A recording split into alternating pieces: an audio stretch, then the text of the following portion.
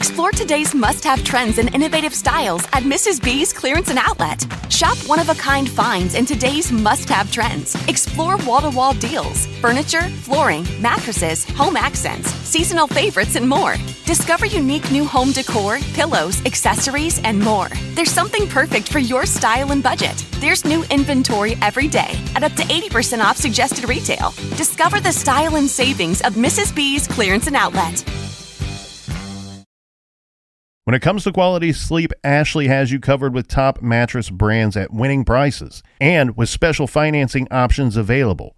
You can snooze now and pay later. Plus, your mattress purchase helps give the gift of better sleep to children in need and U.S. Special Operations Forces. Visit your local Ashley store or shop online today and make every snooze count. Financing is subject to credit approval. See store or ashley.com for details.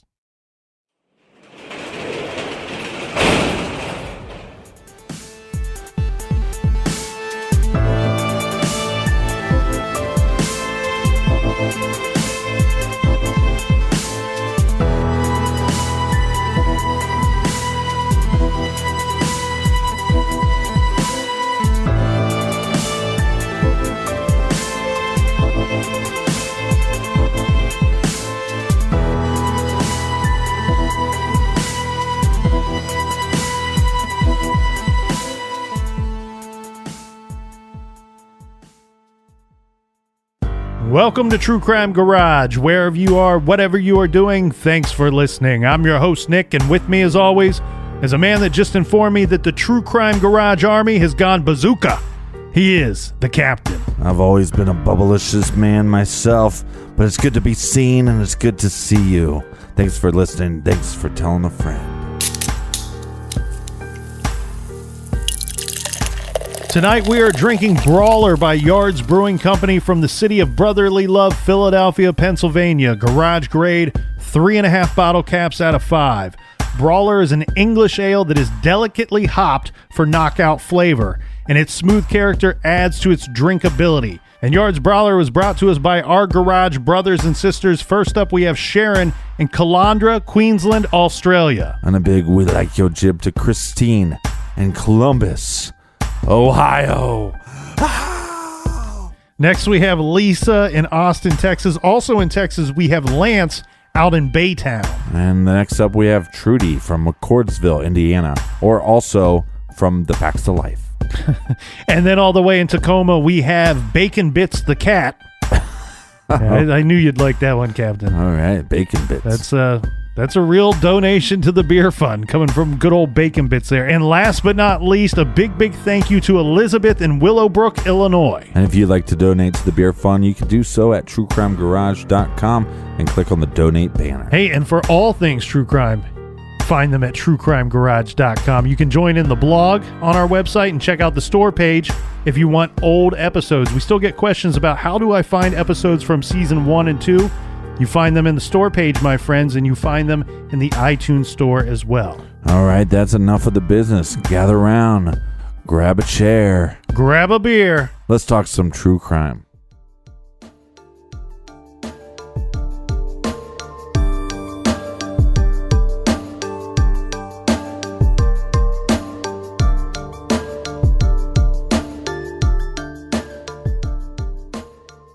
This was a case that you wrote about. Yeah, I actually wrote about this case when I was still a crime reporter. I was working at the Free Times up in Cleveland in 2006, about a year after he disappeared.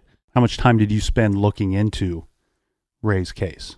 I'd say it was a good month to 6 weeks, kind of learning the ins and outs of the Gricar disappearance. And, you know, we only had a little bit of information at the time, because it was only about a year after he disappeared. But it struck me as a mystery that was going to last. Mm-hmm. It was very weird. In the same way that Moore Murray's case kind of stuck out for me, because just like Moore Murray, here we have somebody who disappeared.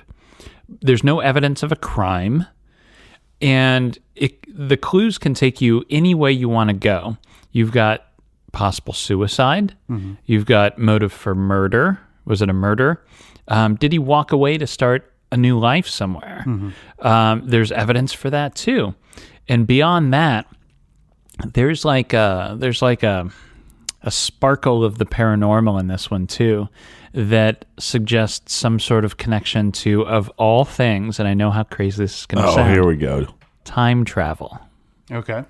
And I want to get into James has lost his mind. I've just lost all credibility, but stick around. You'll Okay. there's some neat things that about Gricar and this idea of time travel. I'm not saying he was a time traveler. I'm saying he might have disappeared in a way that would lead people to believe that.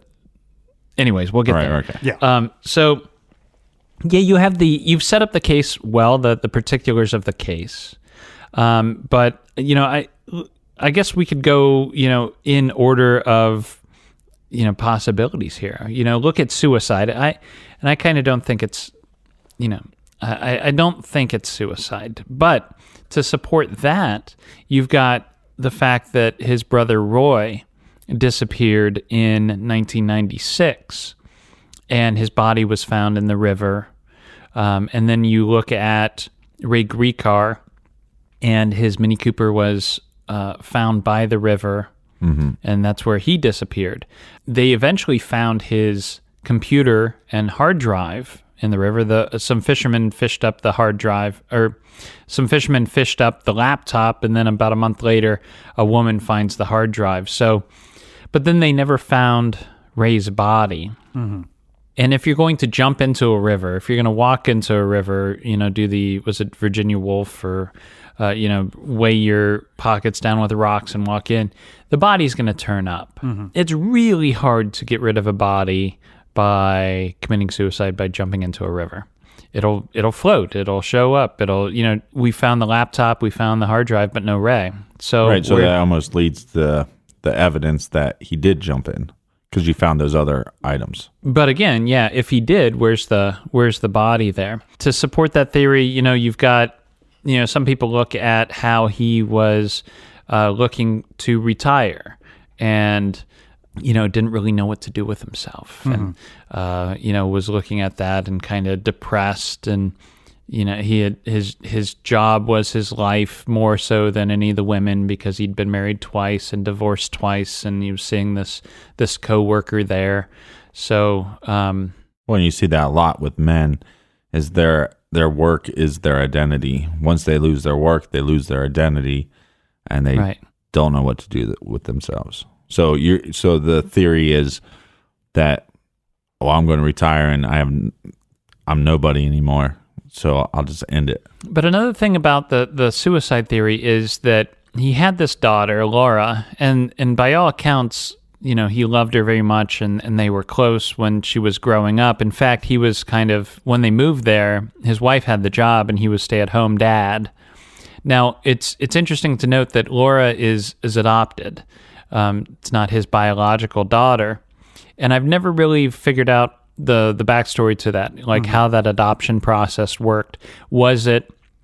Did they adopt from somebody that they knew, or did they go through the typical adoption process? And it was, so that's something I'd really like to know about. But if it was suicide, Ray didn't really set things up to take care of Laura in his absence.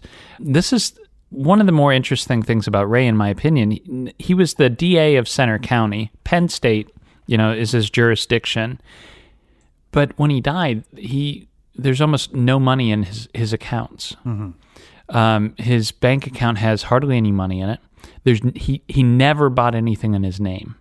The car was in his girlfriend's name. He had no assets. So where's all that money that he was making? Did he really spend it all? Did he not budget well? Or did he have some sort of separate account? The police looked at the suicide theory and thought maybe he had been contemplating suicide for a while, because the day before his disappearance, he was seen in another body of water near this reservoir, and he seemed to be like walking around and kind of contemplating life, the witnesses said.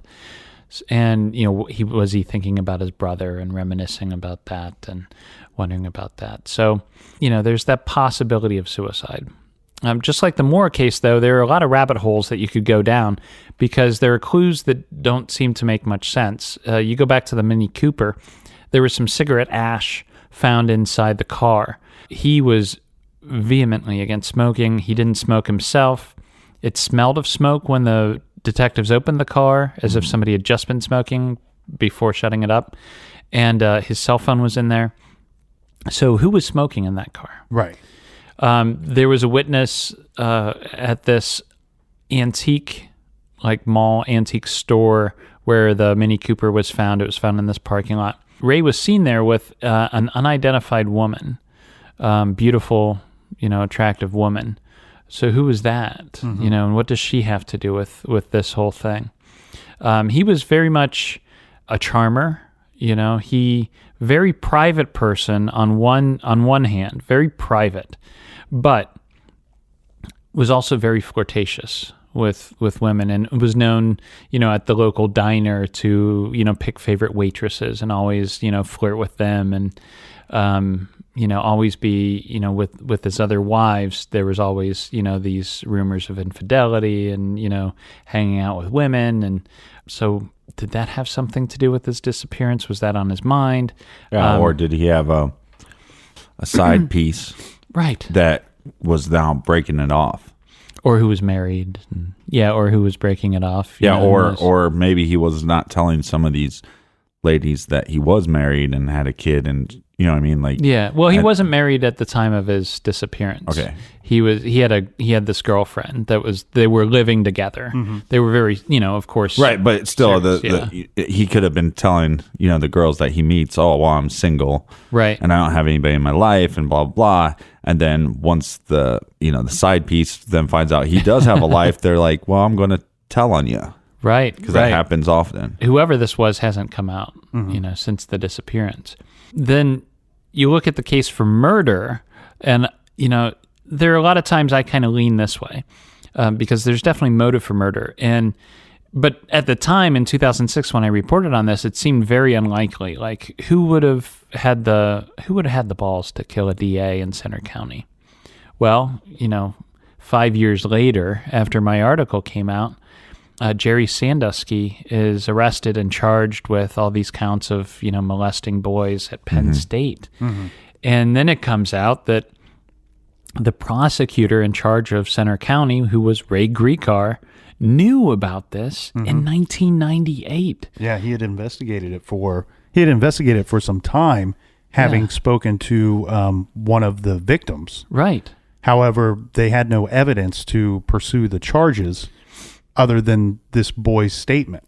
The boy's statement, and they actually got Sandusky to come in and they taped this interview where it was this weird thing that Ray had set up where he got the boy in the same room as Sandusky just to see what Sandusky would say or his body language. And there was an expert there that told Gricar, he's like, look, this guy, without a doubt, this guy's a pedophile. And, he could have charged Sandusky at that time and saved, maybe further victimization or whatever. But if anybody really runs Center County, Penn State at that time, it's Joe Paterno, right? Right. This revered, coach. And, his reputation, as we saw, was destroyed along with Sandusky's. The question is, how much he knew and for how long. Was it Ray's ultimate decision to not prosecute Sandusky? Was it somebody else? Was it Paterno? Was it pressure from somewhere?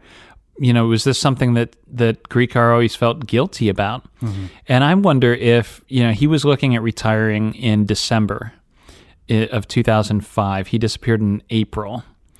Was he thinking about opening that can of worms before he retired so that he would have a clear conscience and be able to go on? Was he reopening that? And did he meet with Paterno? Did he meet with Sandusky or somebody else that was, wrapped up in all this? And was it that person? Was he trying to keep it kind of off the record until he had more?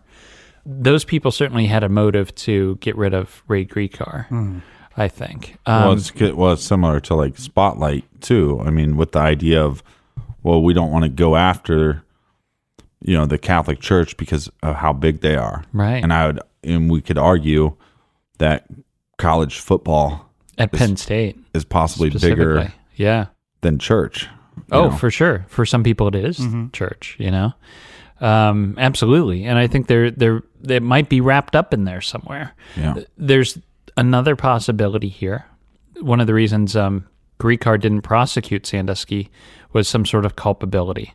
There were some weird internet searches on Gricar's computer before he disappeared, and one of the police officers who was investigating the case suggested to me that some of the searches had to do with being on the down low. Was there some sort of sexual promiscuity? Something weird going on there.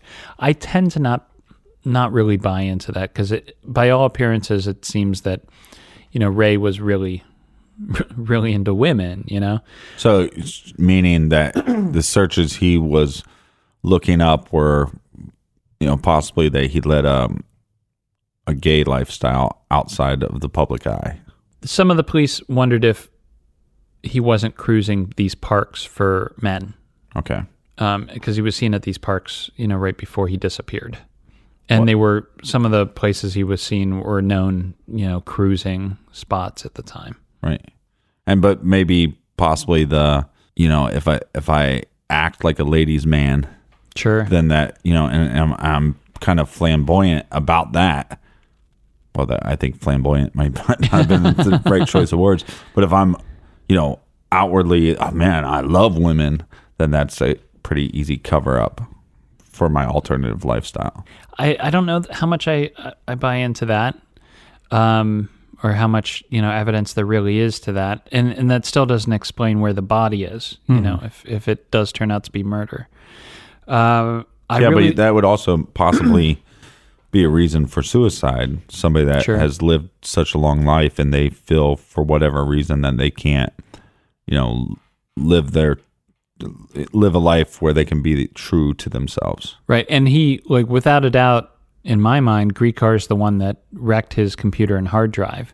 So what was on the computer and hard drive that needed to be destroyed? Right. Somebody in Gricar's home that he was sharing with Patty Fornicola, and this is probably Ray himself, was Googling, how to destroy a hard drive, how water destroys hard drives. Right. So he had this plan when he went there to destroy this hard drive. What was on there? Was it something to be murdered for? Was it something he was going to be shamed for and he committed suicide? Was it plans to run away? Was it his, bank accounts and the things he had set in motion to walk away? And as more time goes by, I find myself, just like in Maura Murray's case, I'm leaning to this idea that he planned to start a new life. And but possibly, again, because if you're leading this other lifestyle, that maybe you can't come out as yourself. Sure.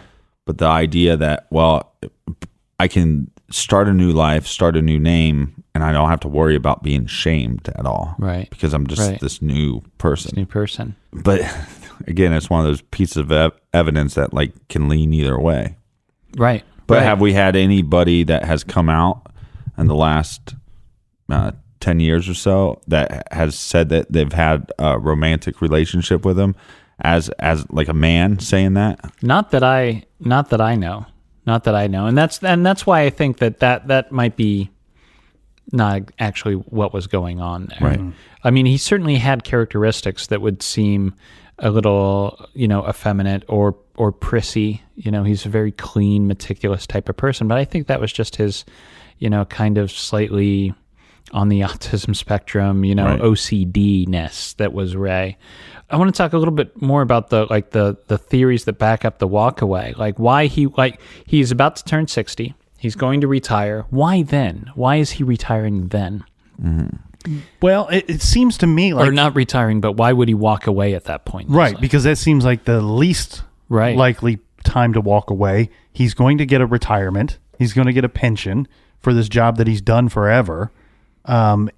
He had plans to travel. These don't point to any reasons to walk away. Unless he was a spy for Slovenia, which out of context sounds ridiculously silly, but let me break it down. Okay. And this now pulls into question whether or not his brother's suicide was in fact a suicide. Right.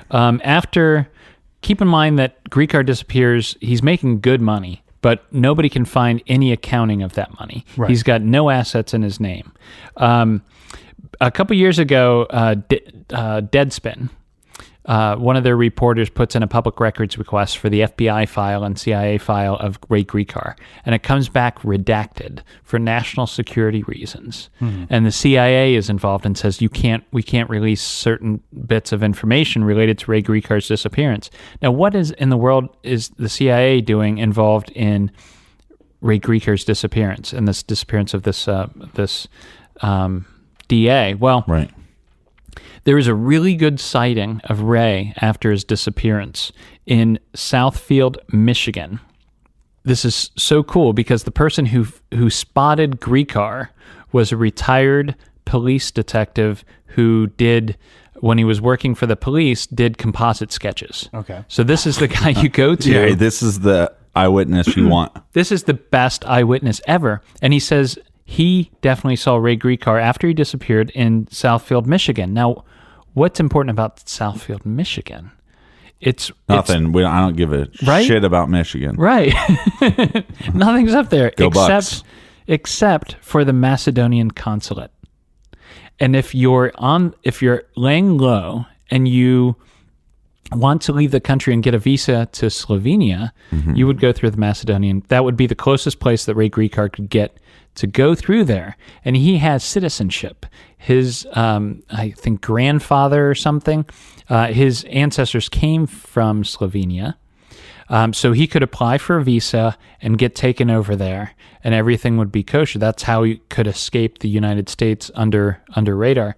The FBI file also shows that Gricar took 2 trips to Yugoslavia, which is now part of Slovenia. He took 2 trips to Yugoslavia during the Cold War in 1973 and 1984. For the FBI, these are red flags. Why is this young man in 1973 traveling to Yugoslavia into the Soviet Union? Well, but it is his motherland. It's his, yes. Right. But does he, I don't know that he would have any living relatives there. They would be distant. But that doesn't really matter, right? But let's consider he was turned at that point. He and his brother turned to protect the motherland, to gather information, to be a sleeper agent, essentially. What better job would there be than, a district attorney in Pennsylvania, which is near, Center County is very close to another, there was this very famous case of this directly north. There's another county in Pennsylvania, north of Center County, very famous case where this government official was turned out to be very corrupt and was laundering money through the government system and disappeared. He ends up in Slovenia with all these foreign connections. So I'm not saying this is exactly what happened, but if Gricar and his brother were involved in espionage, it would explain the FBI's presence, the CIA's presence. It would explain possibly the brother's suicide that wasn't actually a suicide. Maybe it was murder. And it would explain why Gricar decides to disappear then, because he's finished his mission. He's finished his duty, which is to work in government in America and to do what he can for the homeland. And now he gets to go home. Right. But in order to go home, he has to burn his old ID, He's got the burn notice. But also, too, it could be you have this talented, smart prosecutor, and it could be not working for his motherland. It could be working for the United States as well. Right. You could take it the other way. Right. And that's why he would visit in 73, then 84, and then, well, we're going to have you go missing here. So then Exactly. When you go back home, you're a new person. Was he one of our spies? Was yeah, he one of theirs? And you think, and that sounds crazy too, but people have to understand, like the FBI and the CIA, they recruit people. Well, they got to, depending on what the mission is, they're going to recruit somebody in their 20s or 30s, 40s, 50s, and so on. And, he's already working in the system, and somebody like that might go, well, this is a prestigious move up, Right. Right. They could set up the secret accounts for him, the Swiss bank accounts that he must have had, right. To funnel his money. We'll take care of all the stuff, and then when it comes out that you're missing, I mean, we're going to be investigating this. But you've worked the Mara Murray case for so long, to get the FBI or the CIA involved in a missing person case is really hard to do. Oh yeah, and you got both of them in this case, which is fascinating.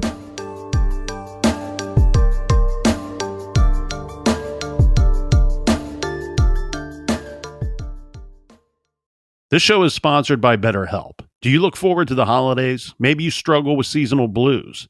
This time of year can be a lot, and it's natural to feel some sadness or even anxiety about it. But adding something new and positive to your life can counteract some of those feelings. Therapy can be a bright spot, something to look forward to make you feel grounded, and to give you the tools to manage everything going on. If you're thinking of starting therapy, give BetterHelp a try.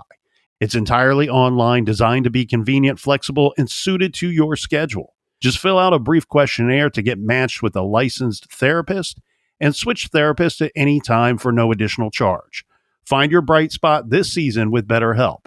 Visit BetterHelp.com /garage today to get 10% off your first month. That's BetterHelp, HELP.com /garage.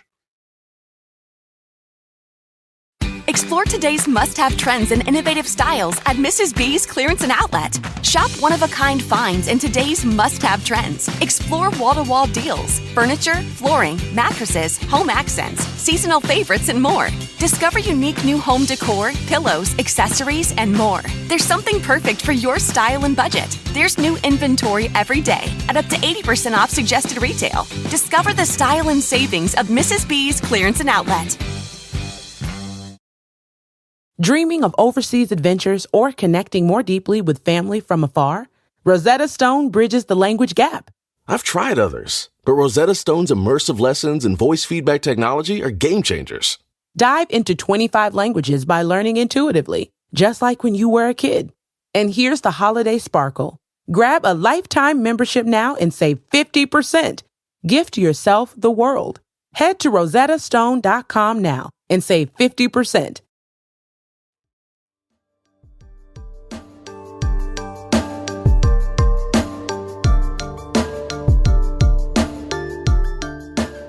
All right, we're back. Cheers, mates. Nick is in Florida. He's having a good time. Keeps on sending me pictures of beers. And I think he's drunk in every picture he sent me. But I'll post those on Instagram. Also, quick reminder, we have hoodies for sale. People have been asking for them for a long time. So I worked my butt off, and now we got some hoodies for sale. And it's a pre-order, and it's going to only last for a short period of time. So if you want one, get one now at truecrimegarage.com and click on the store page. So let's get back to the conversation that we had with James Renner about the Vanishing Man, Ray Gricar.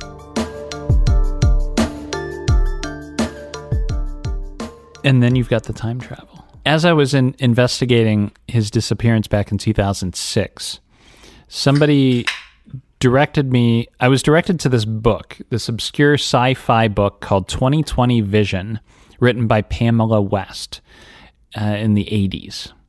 And it was hard to track down a copy. I think it's out of print, but I was able to get one through Amazon. And I picked it up, and at first glance, you're like, what does this have to do with Ray Gricar? And you read the book, and it's about this detective who had this one case he could never solve near Penn State.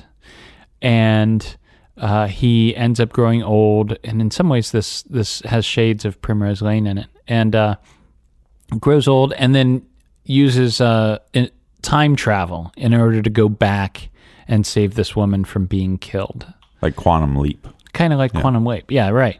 And the interesting thing about it is the date that this guy disappears in the book is April 15th. And there are clues like a little bit of cigarette ash found inside his vehicle, and he didn't smoke. And his car was found by a river.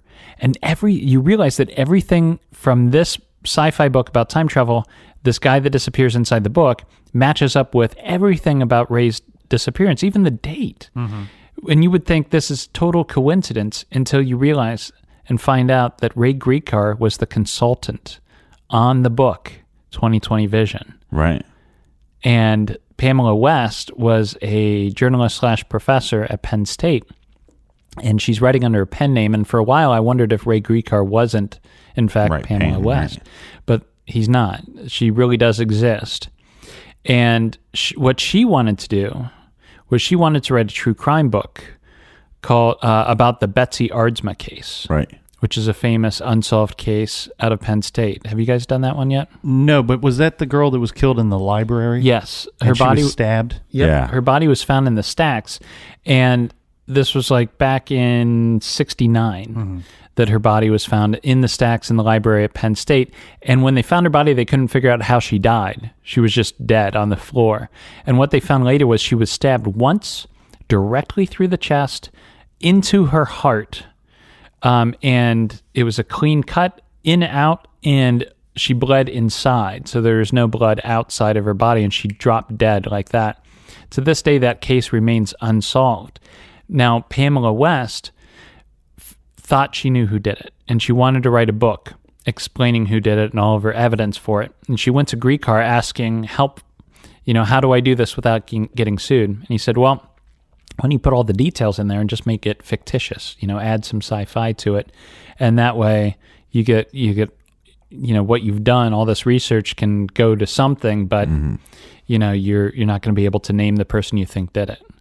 So was this, if Gricar is going to walk away, was he doing it in some sort of funny, was he having a little fun with it? Oh, he's leaving a clue. Right. Like, I helped with this book. One of the big things was that this guy has to go missing or back in time, right? And what happened in the book? Okay, well, I need to go missing. I'm just going to do that. Yeah. And somebody's going to get the reference. It might take them a while. That's what I'm thinking. But you got the reference. Right. So I hope that that's what happened, and he was having a little fun with his disappearance. It seems too much of a coincidence to me. Yeah. The exact date, the fact that Gricar was the consultant on this book. The cigarette ash, everything matches. That's tiny details. If it was just guy went back in time and here's the date and then he went missing, I'd go, well, that's one. Right. But once you get those little small details. Isn't that weird? Yeah, the other thought that people have had along those lines is, was he close to, did he want to go after Betsy Aardsma's killer before he retired? And did he try to meet with Betsy Aardsma's killer there? And there was a scuffle and he was murdered. But then again, you still don't have a body. So, well, and it doesn't explain the hard drive and the computer in the lake. Exactly. Well, maybe you could clear up a few things since you did speak with the investigator. Yeah, sure. There was rumor from his coworkers and his girlfriend that he may have been suffering from depression, that he was acting strange and out of character that week leading up to his disappearance. One thing that keeps coming up as a question mark amongst a lot of people is his morning before he disappeared. Did he leave work early? Did he not go into work at all that day? I've seen it reported both ways. From what I've heard, so he disappears it's a Friday, Friday, April 15th. And from what I understand, he was at work the day before. But then he called off. He was playing hooky. He was supposed to be in work, and nobody thought that was too weird because he was, getting ready for retirement, and he would often take these days where he'd just drive into the country and go antiquing, where he was possibly meeting up with this other woman, who knows? But anyways, it wasn't that out of character. what was odd is, so he calls off on that Friday. One of his coworkers, also prosecutor, swears, 100% swears, he saw Gricar there that day in the passenger's seat of somebody else's car. And he had come in, it looked like he had come in and maybe forgot something and was, but he was pulling out of the prosecutor's office in the passenger seat of somebody else's car. And he made note of it because he's like, what, he's not supposed to be in today. He's here. Who's driving the car? So what's he doing back at the office that day? But there's no record of him actually going into the office. Not that we've found. No, He was, I forgot to mention this. Gricar was also obsessed with an Ohio case, unsolved case, that he mentioned to a number of coworkers in the weeks leading up to and the months leading up to his disappearance. And that's the unsolved disappearance of Mel Wiley. Mm-hmm. Mel was the chief of police in, I want to say Bath, but I'm not entirely sure. It was near Bath, Ohio. And this was in the 70s or 80s, I believe. But he disappeared one day, and they found his shoes and clothes and his wallet tucked into his shoes on Edgewater Beach up in Cleveland. And they're like, wow, he must have drowned out there, but they never found a body. Mm-hmm. And then they went back and went to his typewriter and were able to extract like all the letters that he had written. And very obviously, this guy had planned for his disappearance and was, going off to California. But he did it in a way he was never found again. Mm-hmm. And he was working in government, and he had this top position, and this guy just up and disappeared, started a new life. And Gricar knew about it and was kind of weirdly obsessed about it and had mentioned that case to a couple people. So it was on his mind. Mm-hmm. Yeah, or again, maybe leaving little breadcrumbs. Right, right. Like, I can't tell you where I'm going, but when I disappear, I'm going to be okay. Yeah. I think might have been what he was telling people. It was very strange with the lack of money in the bank. That, to me, says volumes. It says that there's an account out there we don't know about. He didn't seem to be living a frivolous lifestyle. Yeah, he wasn't like no extravagant living. He didn't have his own house. He was living with his girlfriend. If he was broke, he could have attempted to get reelected and keep his position. Exactly. Yeah. For another 4 years. Right. He wasn't broke. We just don't know where his money is. Yeah, he's probably at least making six figures. You would think. So, Penn State? Yeah. Yeah. So he calls off. There is an eyewitness that says that they believe they saw him at work in the parking lot. Mm-hmm. That clears up the discrepancy of did he actually go into work and just do a half day and leave. As far as his vehicle goes, we should probably set this up a little bit because he had a Mini Cooper, red Mini Cooper. Yeah. And this wasn't just like, go out and buy a fuel-efficient car to get you to and from work. He was a driver. Yeah. He liked to take long drives. He seemed to be particular about his vehicle. Yeah. The vehicle that was in his girlfriend's name. Yeah. That was his, which is weird. And so that makes the cigarette ashes even more strange because we don't see any signs that he would have allowed somebody to smoke in his car. Right. Just kind of willy-nilly. It seemed like something that he wouldn't let happen. Absolutely. Unless it's his last time in that car, mm-hmm. I picture is his sexy CIA handler, coming in and, they sit in the car for a minute and she's like, got the cigarette in her mouth and she's like, well, Ray, it's been a trip. Mm-hmm. Take one last look at Happy Valley before I take you back to Slovenia. Right. And then they get into a waiting black sedan and, drive off into the sunset. So his laptop that's later found, it's a county issued laptop. And that's why I brought up the whole thing of whether he was at work that day or not, because a lot of people have questioned, well, if he called off and didn't go into work, how likely would it be that he would have had that computer with him at the time of his disappearance? Right. I think from what I understand, it was issued through work, but it was a laptop that he could take home and do his work there. So I don't put too much into that.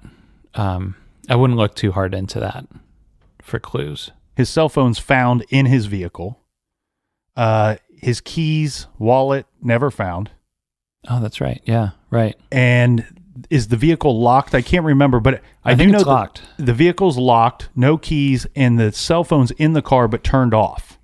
That sounds right. Yeah. And this is a county-issued cell phone as well. I think, again, like, I don't want to get tracked, so I'm leaving this cell phone here. I've got my burner on me, maybe. Or if he was murdered, nobody else wants that bit of evidence being able to tie them to it later. Mm-hmm. So again, you've got these clues that can lead you both ways. I tend to lean more towards, these all seem like clues that he himself was responsible for. Mm-hmm. I'd love to see what was on that laptop. They've never been able, even though they recovered the hard drive, they've never been able to extract any data out of it because it was in the river so long. Yeah, and if anybody's going to be able to, it would have been the CIA or right. the FBI. They had a group that works with NASA examine the hard drive, and they weren't able to pull anything out of it. Yeah, well, it's interesting to me because, like you said, the connection with the book, the connection to this Ohio case, it seems like he had some interest in starting over. It does, and if none of that were to happen, it would look more, it really would look more like a murder, abduction. Mm-hmm. Well, the tough thing about, when they're like, well, we think the body went in the river. I mean, yeah, suicide or murder, you would expect that at some point you'd find the body. Right. But there is always Exactly right. that possibility that you... Sure. That get stuck random in a case that they just didn't tree. find it. Right. And getting to the abduction, murder thing, that's very unlikely with a 60-year-old man, too, unless it's like, I mean, if we're talking abduction from the scene and murder, it would suggest organized crime to some extent. Yeah, well, possibly. And well, then then you got to look into his brother's death as well. Exactly right. Yeah. Because maybe that was not a suicide, and then it's how are these murders connected? Right. Well, maybe not, though. His brother's not a district attorney. A district attorney can create a lot of enemies. That's true. Yeah. Especially over a 20-year time frame. Yeah, definitely. But what was his brother involved in? Because, you know what I mean? Because sometimes it's like maybe his brother was, I don't know much about his brother at all, but I'm just saying if you wanted to start speculating and going down that rabbit hole, it's like, was his, I'm this prosecutor and I'm doing well for myself, but this guy's struggling, so maybe I know some people that can help him out, or maybe he's just a bad seed. Right. The brother, too, could just be a legitimate suicide. Right. Although, suicides very rarely just walk into a river. Right. That's very determined. There are better ways to kill yourself, especially for men. Men are usually gun, to the mouth. More violent. They don't usually walk into a river to drown themselves. Well, his brother, in the river, kills himself. Vehicle found near a bridge. Yep. Ray disappears. His items are found in or on the banks of the river. Yep. And his vehicle's found near a bridge. Yep. If he disappeared, he wanted to, that clearly that would have been on his mind. Mm-hmm. Does he want us to think about that? Is he trying to suggest that it was suicide? Really walk away? The more I think about this case, as weird as it sounds, I lean towards the spy theory, that he was either one of us or, spying for them. And I'd love to go to Slovenia and just try to look around for a while. Well, he'd be how old now? Oh, shoot. He'd be 70. Mm-hmm. 74, 70, yeah. But the thing here is, here's what I question about him walking away or being a spy and choosing that, okay, now it's time for me to go. Isn't it an extreme poor taste to leave your vehicle in the same situation that your brother's vehicle was found in when you have a daughter? Right. I don't care, adopted or not. You have a nephew that was the son of his brother. You do have some family that lived through an experience where a relative went missing, vehicle found near a bridge. He's missing for about a week until they figure out that he's in the river, and then they ultimately rule it a suicide. So now I'm planning my disappearance. I'm planning to walk away. I'm going to, in the poorest of taste, leave my vehicle next to a bridge in my items in the river. That's a really good point I hadn't thought about before. That would be kind of a mean thing to do for your who you assume would be his loved ones. But let me ask you this: like, let's say he was a spy, and it was time to go back home to the motherland. How would you do it without telling everybody you were a spy? How would you disappear? I would personally, I think that walking away is rude and bad enough on its own. Well, but, I kind of wish you would walk away. But what I'm saying is you can attempt to do it without a trace. But you could leave the vehicle, you could drive the vehicle off into the woods somewhere. Yeah, but you could leave the vehicle at your house, and it actually then becomes even more of a mystery because it's like, so he disappeared from his house, but his car's here? And maybe he was doing them a favor by not leaving it at the house, so the investigators wouldn't look at the people that live there as to make them suspects. Mm-hmm. Okay. So he drives it out there, and he's got his brother in mind. Yeah, I just don't know that if that's who you are, if that's your identity, and you have to do this one way or another, is there a decent way to do it? That's true. Now, I didn't even think about that until we started talking. But yeah, of course, if he's doing that, he's going to make sure that he doesn't disappear from home because he doesn't want his loved ones to be suspects. Don't implicate Patty in anything that she was unaware of. Yeah, so it's that weird piece of evidence where it goes back and forth because in one sense, it's like, well, this is in really bad taste. Right. But in the other sense, it basically leads you to believe that, because of his brother and because of everything going on in retirement, that he was so depressed that he took his own life, And also he does it during the day when he knows his girlfriend's at work and has witnesses that put her at work. Mm-hmm. So he's furthering, doing damage control for her. Well, yeah, damage control there, but also almost damage control for the family where it's like, yeah, they've been through that before and that was traumatic. Yeah. But it's almost understandable. Right. The second time, it's like, well, he was depressed and his brother, and maybe this was his way of being with his brother. Right. Right. I think we've solved it here. I think he's... I don't like the other woman theory. No? Not at all. And I'll tell you why. We're not talking about a guy that had been married for 30 years. Right. Had 14 children with the same woman. Right. He's been divorced twice. Mm-hmm. He's coming up on a retirement where he's going to receive a decent retirement that he's earned. He's worked a lot of years to earn it. Right. I just don't, in the relationship with Patty, obviously I don't know the ins and outs of it, but they weren't married. Right. They shared a place together. I can't get into the other woman theory because I think it would be very easy for him to just end the relationship with Patty and start this new relationship or bring this going on relationship to light. Exactly. And continue his life and retire and, set up a life with the new woman rather than this whole walking away. Unless that woman was his handler, or how about this? This is another weird detail about this case. So this other woman that he was seen with, people recognized her as to a person. The one of the people that saw him with her said, yeah, and it wasn't just some beautiful woman. It was this specific beautiful woman who's a journalist / TV. I think she was involved in TV, news up there too. Okay. So the police are like, wow, okay, we got to find her. And they went to find her. She had also called off work that day. And they tracked her. She was and I think if I'm getting this right, upstate New York, but she had traveled out of the city. Right. And so they track her down, and I think she was at a wedding of a family member or something. She had a pretty good excuse. But how weird is that the person that that the witness is sure was with Ray also called off that day? Mm-hmm. It's just a bad coincidence for her, or is there more to that? How thorough do you think that they tried to track him, the authorities? Because there's no crime committed here, but we're also talking about an active district attorney goes missing. Right. they're going to try to track this guy. It's not like... Well, that's another weird part of this, too, because the FBI didn't take over the case right away. It should have been a state case. It should have been state troopers.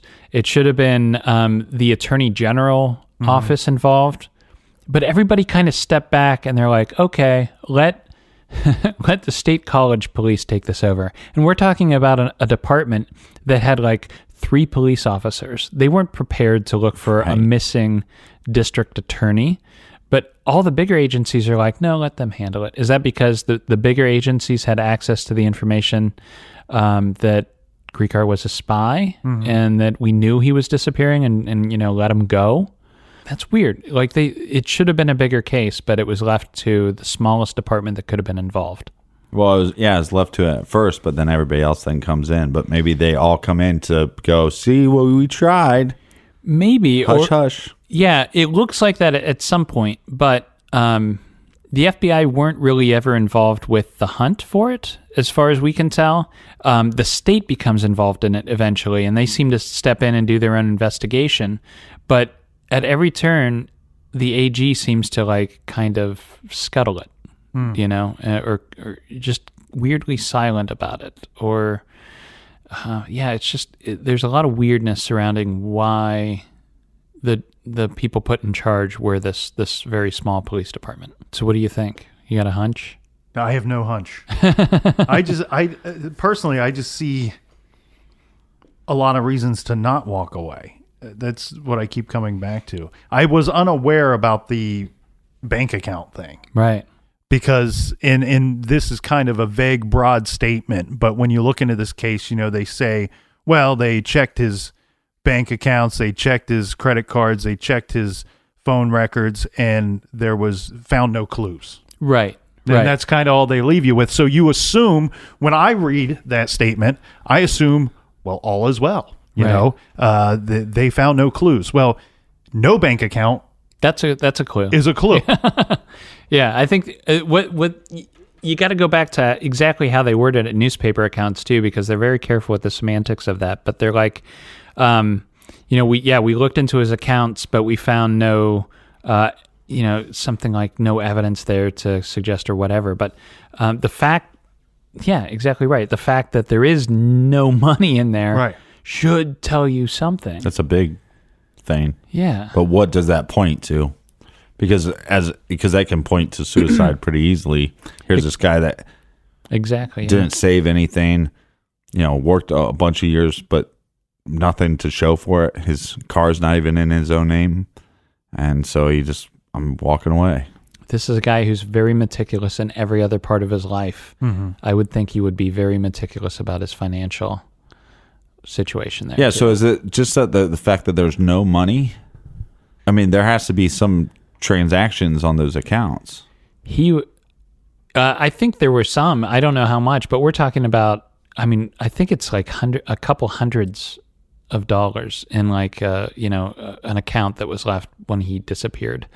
And no assets, by the way. Everything else was in everybody else's name, like his girlfriend's or his wife's name. He never had assets.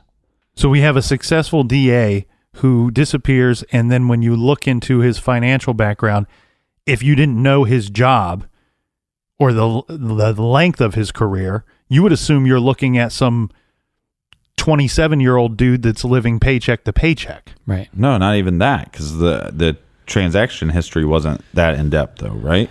Right. So it's almost like you're looking at a 15-year-old kid that has a savings account with his father's name on it, and he only puts money in it when he has a birthday or Christmas. Huh. You know what I mean? Like, right. Coming out, that's what I used to do. I was a banker. So a lot of people on that level would have their own personal banker, would have a portfolio. Sure. Especially, prosecutors, cops. Yeah, right. Like stocks and bonds. Yeah. And building up for retirement. That can go away pretty quickly. And that could be a motive. Right. Because that would be the other motive, too, is like, well, what if he did have all this money? And he was divorced twice. That's like it all went to alimony. It all went to the. Well, I would want to know how he was cashing his checks. That would be a big question for me. How is he cashing his checks? Because let's just say that there would be a motive. a lot of people would go, well, you need to put your money in the bank.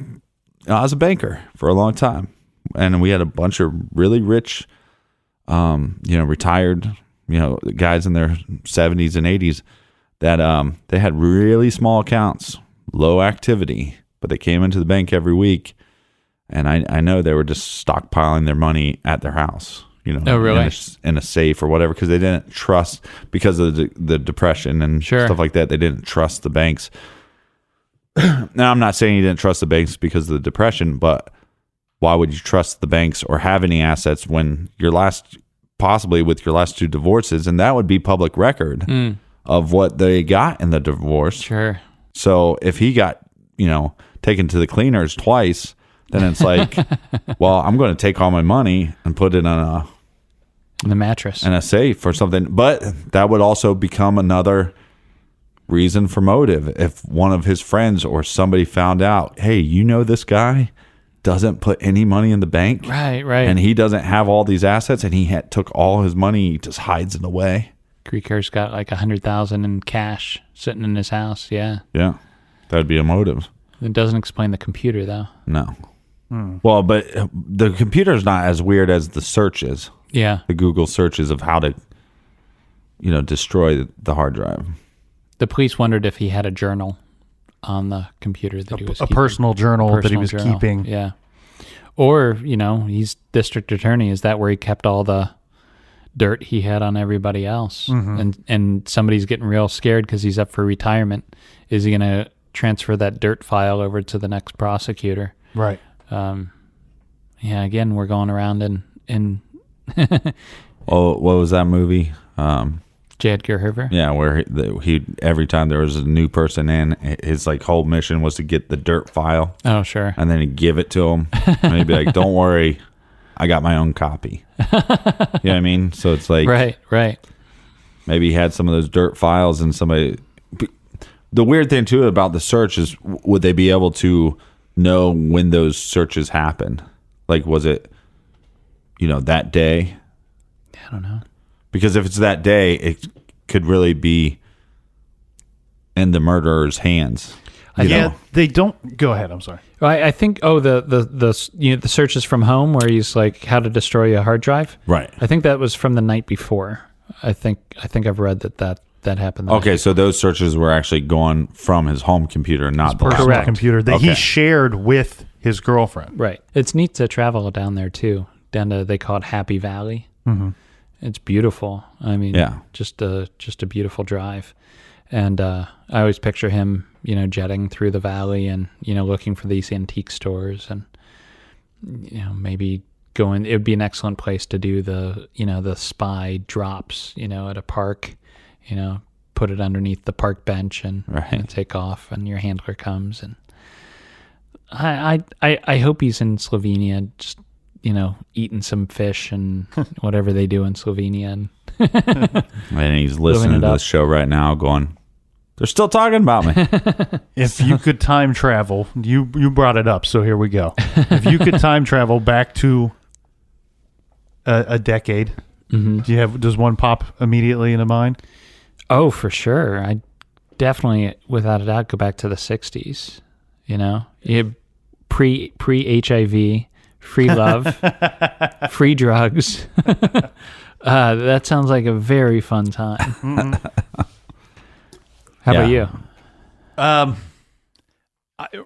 Oddly enough, I would pick the 60s as well. All right. For different reasons. Oh, yeah? Yeah, I mean, that was the decade of the assassinations, Oh, sure, yeah. There's a lot of questions. He wants to go back to shoot some people. No, it's similar to your book, The Man on Primrose Lane, where he goes back and he's aware of this victim, and he believes if he can follow her around long enough that he can intercept the killer or her abductor and stop the crime from happening. It's like the captain said here, quantum leap. Yeah. Yeah, I'd love to sit there as JFK's coming down the with the motorcade, see if if anybody really was in that grassy knoll or peeking over the fence. There was definitely somebody in the grassy knoll. All you have to do is read it. It's in the Warren Report. A lot of people don't know that. In the Warren Report, they claim that there was possible shots from the grassy knoll. So the government hasn't like fully dismissed this idea. I really think what happened that day is somebody contracted 3 different people and they didn't tell the other ones. Yeah. Mm-hmm. You know, so you had this, and whoever was going to get busted was going to get busted, you know? Yeah. Question for you. So now that we're on the time traveling, so we said what decade, right? So, but what case would you solve? Oh, 100% Amy Mihalovic. You know, I'd be right at the plaza, you know, at the end of the day as she's coming in just to see who comes up to her. And then you could stop it though. Yeah. Absolutely. Yeah. But if you do that, I mean, now we're in the realm of fiction. So you've got James Renner showing up in 1989, and this guy comes up to Amy Mihalovic, and now I'm 100% sure I've got the killer. Right. So I pummel him to death or whatever. And so then now I'm in prison.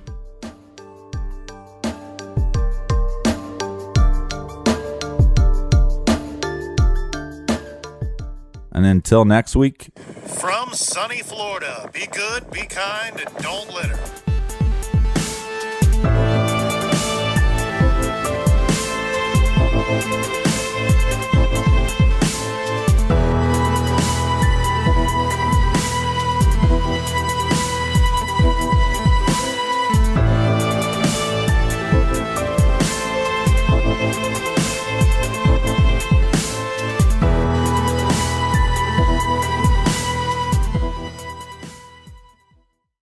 You can live out your MasterChef dreams when you find a professional on Angie to tackle your dream kitchen remodel.